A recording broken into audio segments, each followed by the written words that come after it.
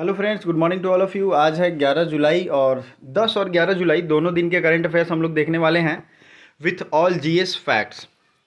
Telegram पे PDF मैंने send कर दी है पिछले दिनों के, तो प्लीज़ आइए डाउनलोड कर लीजिए और रिवाइज करते रहिए। ये जो है हमारा व्हाट्सएप नंबर है। जिन लोगों को भी हमारा पेड कोर्स करना है जिसमें फ़ीस रखी गई है 499 for GK GS, 399 for full reasoning की पूरी क्लास मात्र 399 में हम पढ़ाएंगे आपको इंट्रेंस तक। और अगर आप ये दोनों कोर्स लेते हो तो 750 में आपको पूरी तैयारी करा दी जाएगी। रीजनिंग की क्लास अभी जस्ट स्टार्ट हुई है, अभी स्टार्टिंग क्लास ही चल रही है, तो आपको रिकॉर्डिंग मिल जाएगा, लाइव लेक्चर मिल जाएगा, सब चीज़ें आपको मिल जाएंगी। ठीक है, तो ये स्कीम है, पूरा आपको समझने की ज़रूरत है। ठीक है, अगर आपको इंटरेस्टेड हो तो इस नंबर पे हमें व्हाट्सअप कर सकते हो। अदरवाइज करंट अफेयर शुरू करते हैं। आज का उदयन माने किस खेल से संबंधित है। अब उदयन माने ये हैं कौन? उदयन माने ये हैं, इन्होंने ओलंपिक के लिए क्वालिफाई कर लिया और ये रेसलर है, सॉरी गोल्फर हैं, गोल्फ के खिलाड़ी हैं, गोल्फ। ठीक है, ये डंडे से जो घोड़े पे बैठ के और ये ऐसे भी खेलते हैं गोल्फ, वैसा। ठीक है, गोल्फ के ये खिलाड़ी हैं। भारत के नए स्वास्थ्य और परिवार कल्याण मंत्री मनसुख मांडविया, पहले कोई और था, अब है मनसुख मांडविया। देखिए, जो भी न्यू मिनिस्टर बने हैं ना, उसमें से एक क्वेश्चन तो आएगा ही आएगा आपके एग्जाम में, तो प्लीज़ प्लीज़ प्लीज़ रिवीजन करो, रट्टा मारो। भारत के नए health minister Mansukh Mandaviya. Next question है, हाल ही में सार्वजनिक उद्यम विभाग को किस मंत्रालय के अधीन लाया गया है? सार्वजनिक उद्यम मंत्रालय यानी पब्लिक एंटरप्राइजेज डिपार्टमेंट, ये किस मिनिस्ट्री के अंतर्गत लाई गई है? तो ये फाइनेंस मिनिस्ट्री या वित्त मंत्रालय के अधीन लाया गया है। आप आंसर यहां देख सकते हो, फाइनेंस मिनिस्ट्री या वित्त मंत्री। जम्मू कश्मीर की पहली गोल्फ ट्रेनिंग एकेडमी किस शहर में शुरू की गई है? Jammu Kashmir first golf training academy started in, तो ये श्रीनगर में स्टार्ट की गई है। ठीक है, नेक्स्ट क्वेश्चन देख लेते हैं। केंद्रीय मंत्रिमंडल में अब महिला मंत्रियों की कुल संख्या कितनी हो गई है?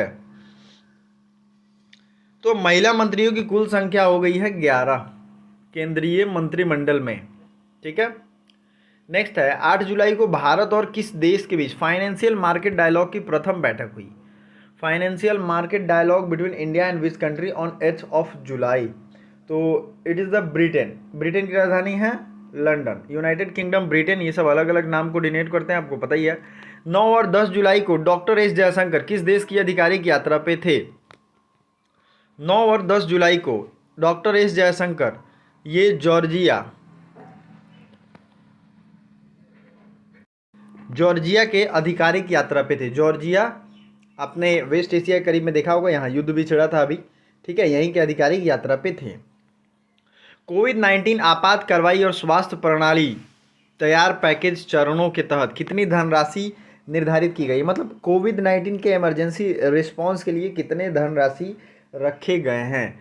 ये है 23,123 करोड़, इतनी धनराशि रखी गई है कोविड-19 आपात कार्रवाई यानी इमरजेंसी रिस्पांस पैकेज के रूप में। ठीक है, नया देख लेते हैं अगला क्वेश्चन। नया खेल और युवा मामलों के मंत्री कौन बनाए गए हैं? अनुराग ठाकुर।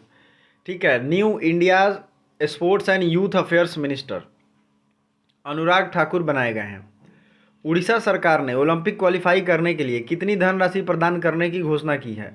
तो उड़ीसा सरकार जो है 6 करोड़ रुपए देगी अगर वो ओलंपिक क्वालिफाई कर जाते हैं तो। ठीक है, उड़ीसा सरकार देगी 6 करोड़। प्लीज़ याद रखिएगा, इंपॉर्टेंट क्वेश्चन है। अगला है नारियल विकास बोर्ड यानी कोकोनट डेवलपमेंट, जो अभी का ये रिशफल हुआ था ना कैबिनेट का, इसमें कोकोनट डेवलपमेंट बोर्ड को भी री इस्टेब्लिश करने की और उसमें कुछ सुधार करने की बात की गई थी। तो इस कोकोनट डेवलपमेंट बोर्ड की जो हेडक्वार्टर है ये लोकेटेड है कोची में। और नेक्स्ट है, एएफसी महिला एशिया कप 2022 की मेज़बानी कौन करेगा?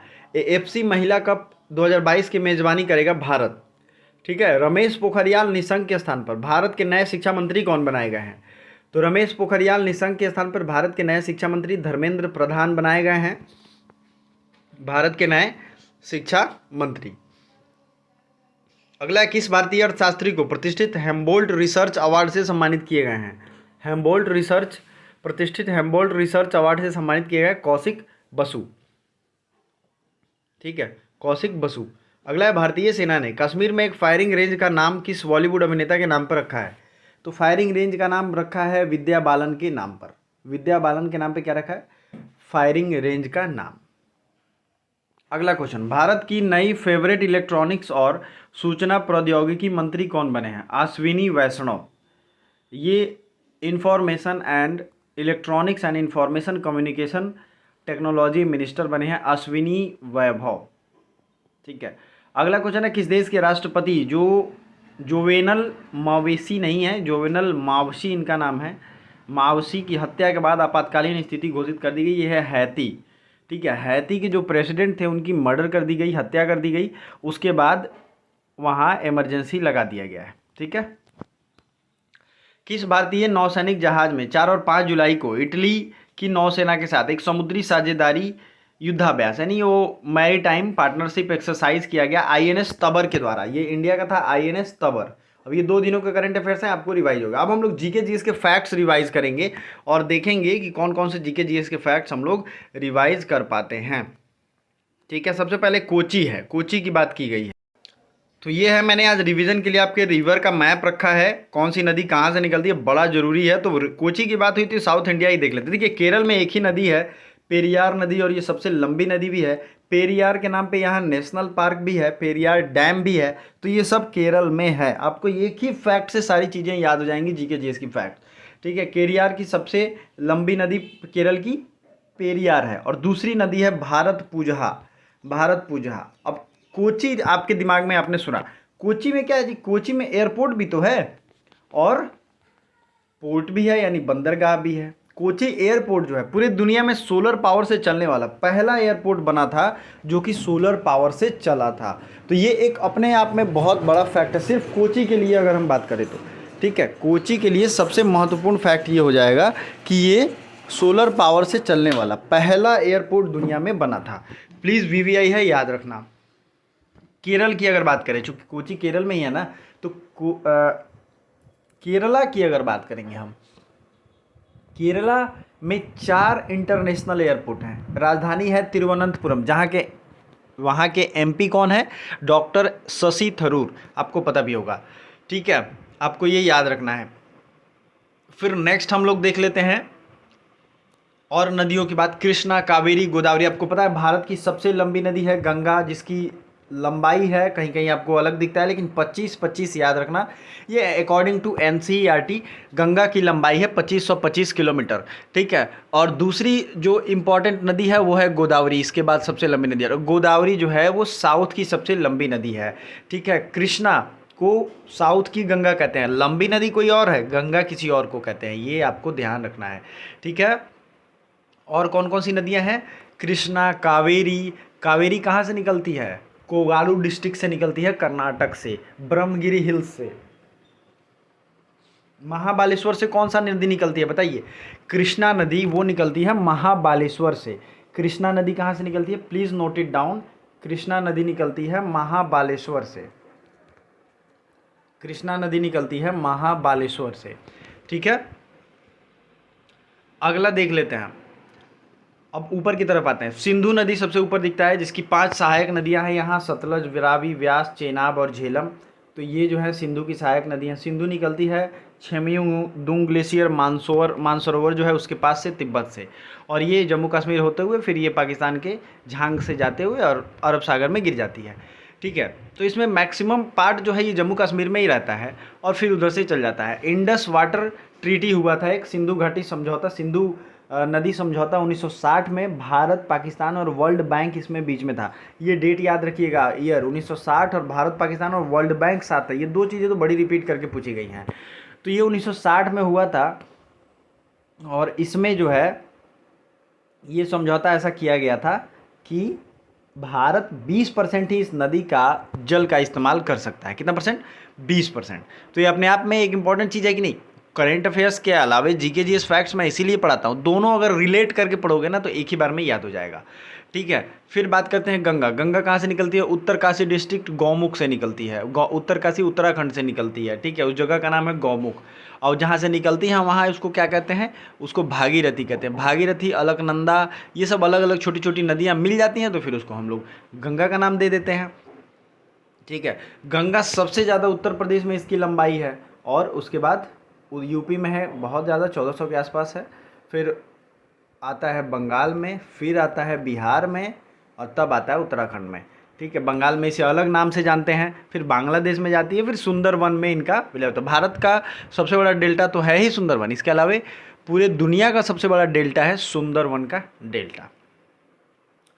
तो ये सब चीज़ें हैं नदियों से रिलेटेड, आपको याद रखना है। ब्रह्मपुत्रा नदी का भी वही है। ब्रह्मपुत्रा नदी यहाँ से आप देख सकते हो, इसे यू टर्न लेता है अरुणाचल प्रदेश, असम में सबसे ज़्यादा ये ट्रैवर्स करता है, और असम से होते हुए फिर ये चला जाता है बांग्लादेश होते हुए मिल जाता है। मैंने बताया था ना, ब्रह्मपुत्रा और ये दोनों नदियाँ यहाँ आकर अल्टीमेटली सुंदरवन के पास मिल जाती हैं। ठीक है, तो अब बाकी नदियों के बारे में और किसी दिन डिटेल में पढ़ेंगे हम लोग, लेकिन ये चीज़ें आपको याद रखनी हैं। ठीक है, अगला फैक्ट क्या होगा। अब हमने जॉर्जिया की बात की थी, जहाँ पे एस जयशंकर अधिकारी की यात्रा पे हैं। तो देखिए जॉर्जिया कहाँ है, इसीलिए मैं कहता हूँ ना कि एग्ज़ाम में अब ऐसे ही पूछे जा रहे हैं छोटे छोटे देश, क्योंकि यहाँ युद्ध भी हो रहा था अजरबैजान से, और आर्मेनिया के बीच में लड़ाई भी चल रही थी। तो ये जोन तो ऐसे भी हमेशा डिस्टर्ब रहता है, लेकिन ये अभी चल रहा था न्यूज़ में, तो ये सारे को याद करें कि जॉर्जिया की जो सी बाउंड्री है, यानी कि जो समुद्री बाउंड्री है, ये ब्लैक सी से लगती है, और अजरबैजान की जो बाउंड्री है वो कैस्पियन सी से लगती है। ठीक है, जॉर्जिया की राजधानी क्या है, तिब्लिस, ब्लैक सी में लगती है, और अजरबैजान की राजधानी है बाकू, और ये कैस्पियन सी से लगती है। और इसमें जो ये आर्मेनिया है, ये एक लैंड लॉक्ड कंट्री है। समझ गए आप लोग, लैंड लॉक्ड माने चारों तरफ से लैंड ही है, कहीं भी ये नहीं है। तो आपको ये कन्फ्यूजन नहीं होना, जॉर्जिया कभी भी नाम हो। और वैसे भी मैंने आपको ट्रिक बताया था, ब्लैक सी के अराउंड सारे अगर कंट्री का नाम याद करना है, यूरोप और एशिया दो जगह में पड़ता है ना ब्लैक सी, तो आपको मैंने ट्रिक दिया था, रब मतलब क्या होता है भगवान, RUB, रब GT। अब इसको बैठा दो, आर से होता है रसिया और रोमानिया, इस आर से दो गो होगा, रशिया और रोमानिया। यू से होगा यूक्रेन आप इधर का इलाका देख सकते हो। बी से होगा बुल्गारिया, यहाँ पे बुल्गारिया दिख रहा है। ठीक है, जी से होगा जॉर्जिया, देख लो आया ना जॉर्जिया। तो इसलिए मैंने जो ट्रिक बताया ना वो बहुत काम का। और टी से टर्की है, तो देख लो ना, कुछ यूरोप के हैं, कुछ ऑस्ट्रेलिया के, लेकिन कुछ यूरोप के हैं, कुछ एशिया के, लेकिन आपको याद तो पूरा हो गया। तो इसी बात पे फोकस रखना है हमेशा से, कि आपको याद पूरा हो जाए। कोई भी कहीं से कुछ ट्रिक पूछे उससे कोई मतलब नहीं, आपको याद पूरा होना चाहिए। ठीक है, आई होप समझ गए होगे, ट्रिक लिख लिया होगा, नोट कर लिया होगा। और वीडियो अगर अच्छा लगता है ना तो दूसरे को भी शेयर किया करो। शेयर करने से क्या होगा कि अच्छा लगेगा हमें भी। ठीक है, चलो फिर अच्छा है। अब ये हो गया, इस रीजन को पूरा याद रखना है। इराक की राजधानी है बगदाद, और इराक की करेंसी आपको कमेंट करनी है, इराक की करेंसी कमेंट करनी है। साथ ही साथ ईरान की भी करेंसी आपको कमेंट करनी है। ईरान की राजधानी मैंने बता दी तेहरान, लेकिन करेंसी अभी चेंज की गई है। ठीक है, उसी तरीके से इजराइल की राजधानी जेरूशलम है, यरूशलम। और जॉर्डन की अम्मान है, सीरिया का दमस्कस है, सीरियन पाउंड यहाँ की करेंसी है। ठीक है, इजराइल की संसद का नाम आपको आज जो कमेंट करना है क्वेश्चन, वो ये भी करना है कि इजराइल के संसद का नाम, जो आपको पता हो वही कमेंट करो। ठीक है, लेकिन आप कमेंट करो। तो इतने करंट अफेयर्स के क्वेश्चन थे, आज हमने रिवाइज करा दिए, और इसके अलावा और भी चीज़ें आएंगी, ज़रूर देखिएगा। Thank you so much for watching.